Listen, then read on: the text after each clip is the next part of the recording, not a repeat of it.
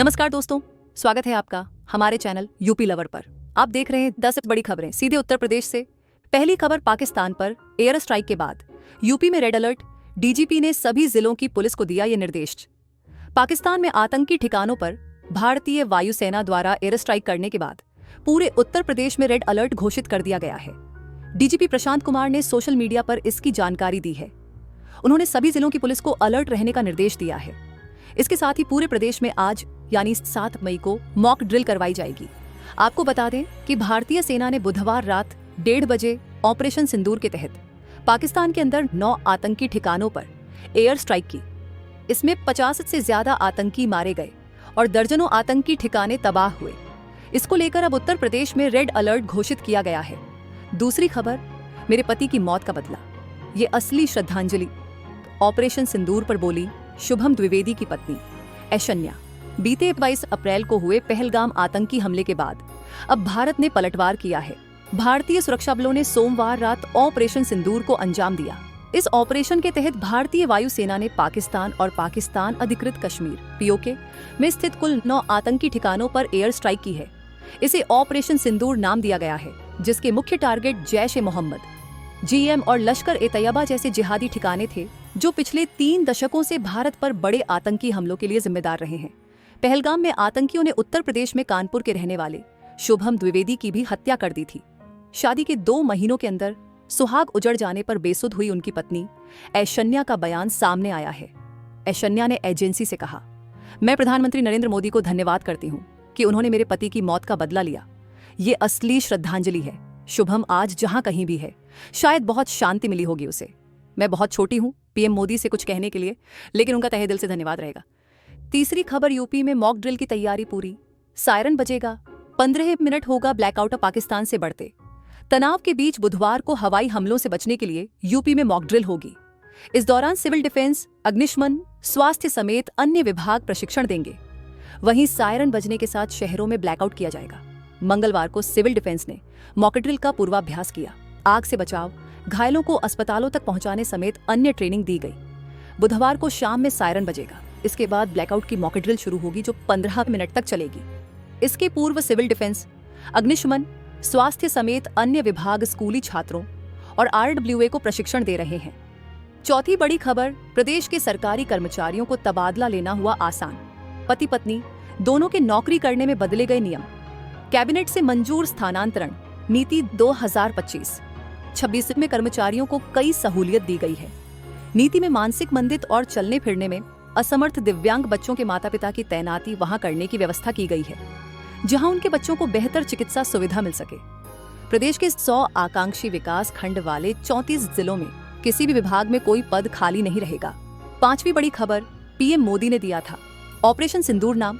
सेना की स्ट्राइक से पहले गोपनीय बैठक में कही थी ये बात। भारतीय सेना ने पाकिस्तान अधिकृत कश्मीर पर एयर स्ट्राइक करके आतंकियों का बड़े स्तर पर सफाया किया है। पहलगाम आतंकी हमले के बदले में भारतीय सेना ने मिशन सिंदूर लॉन्च किया और पीओके में मौजूद आतंकी ठिकानों को निशाना बनाया, जिसमें 90 से अधिक आतंकियों के मारे जाने की खबर है। अब ये भी सामने आया है कि खुद प्रधानमंत्री नरेंद्र मोदी ने सेना को इस ऑपरेशन का नाम दिया था। पीएम मोदी ने खुद ही भारतीय सेना के इस ऑपरेशन का नाम मिशन सिंदूर रखा था। मिली जानकारी के मुताबिक पहलगाम आतंकी हमले के बाद यानी 1 हफ्ते पहले प्रधानमंत्री ने अहम बैठक ली थी। इस बैठक में पीएम मोदी ने साफ संदेश दिया था कि आतंकियों ने पुरुषों को टारगेट किया है। पीएम मोदी ने कहा था कि कई महिलाएं इस आतंकी हमले की वजह से विधवा हो गई हैं। हमें जवाब देना है और ये दिखाना है कि भारत से ऐसे ही जाने नहीं देगा। इसके बाद पीएम मोदी ने खुद ही इस सैन्य ऑपरेशन का नाम मिशन सिंदूर रख। छठी बड़ी खबर, नोएडा में 47 मेट्रो स्टेशन समेत 100 जगह होगी मॉक ड्रिल। ब्लैकआउट भी होगा। पहलगाम में सैलानियों पर आतंकी हमले के बाद भारत पाक के बीच बड़ी टेंशन के बीच बुधवार को मिनिस्ट्री ऑफ होम अफेयर्स के निर्देश के बाद गौतम बुद्ध नगर में भी मॉक ड्रिल होगी। हालांकि पूर्व में इसे लिस्ट में शामिल नहीं किया गया था, लेकिन डीजीपी के आदेश के बाद यहां पुलिस ने तैयारी कर ली है। पुलिस अधिकारियों के अनुसार इस दौरान 47 मेट्रो स्टेशन के साथ 5 स्कूल, महत्वपूर्ण संस्थान, मॉल, होटल समेत 100 से अधिक जगह यह मॉक ड्रिल होगी। मेट्रो पर ड्रिल के लिए सीआईएसएफ की टीम पुलिस से कोऑर्डिनेट करेगी। ऐसा ही अन्य संस्थानों में होगा। इसके अलावा गाइडलाइंस के अनुसार शाम के वक्त ब्लैकआउट भी किया जाएगा। 7वीं बड़ी खबर, आगरा एक्सप्रेसवे के पास नई योजना लॉन्च करेगा। LDA लखनऊ विकास प्राधिकरण LDA ने आगरा एक्सप्रेसवे के पास 5610 एकड़ में नई आवासीय योजना की तैयारी शुरू कर दी है। इसके लिए काकोरी के 12 गांवों में जमीन अधिग्रहण होगा। पहले चरण में 1893 एकड़ था और दूसरे चरण में 3716 एकड़ क्षेत्रफल में यह आवासीय योजना विकसित की जाएगी। इसके लिए LDA VC प्रथमेश कुमार ने मंगलवार को अर्जन अभियंत्रण व नियोजन की टीम के साथ मौके का निरीक्षण भी किया। LDA VC प्रथमेश कुमार ने बताया कि नई आवासीय योजना के लिए आगरा एक्सप्रेसवे के पास जमीन चिन्हित की गई है। यह योजना आउटर रिंग रोड से कुछ मिनट की दूरी पर होगी। इसमें विश्व स्तरीय अस्पताल, आयुर्वेदिक चिकित्सा केंद्र समेत कई चिकित्सकीय सुविधाएं भी होंगी। इसके साथ स्कूल कॉलेज के लिए भी बड़े प्लॉट काटे जाएंगे। 8वीं बड़ी खबर, लखनऊ से चंडीगढ़ और अमृतसर की फ्लाइट रद्द।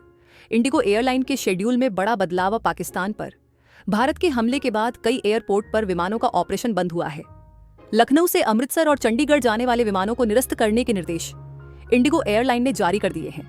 सलाह दी है कि मौजूदा स्थिति के मद्देनजर श्रीनगर, जम्मू, अमृतसर, लेह, चंडीगढ़, धर्मशाला, बीकानेर और जोधपुर के लिए उड़ानें आज के लिए रद्द कर दी गई हैं।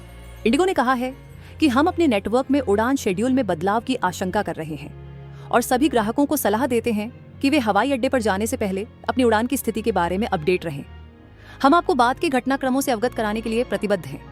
9वीं बड़ी खबर, आतंक फैलाने वाले पाकिस्तान को मुंहतोड़ जवाब।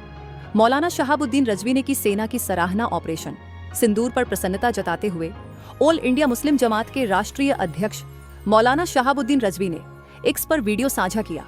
उन्होंने कहा कि आतंकियों को पालने वाला पाकिस्तान अशांति फैलाए है।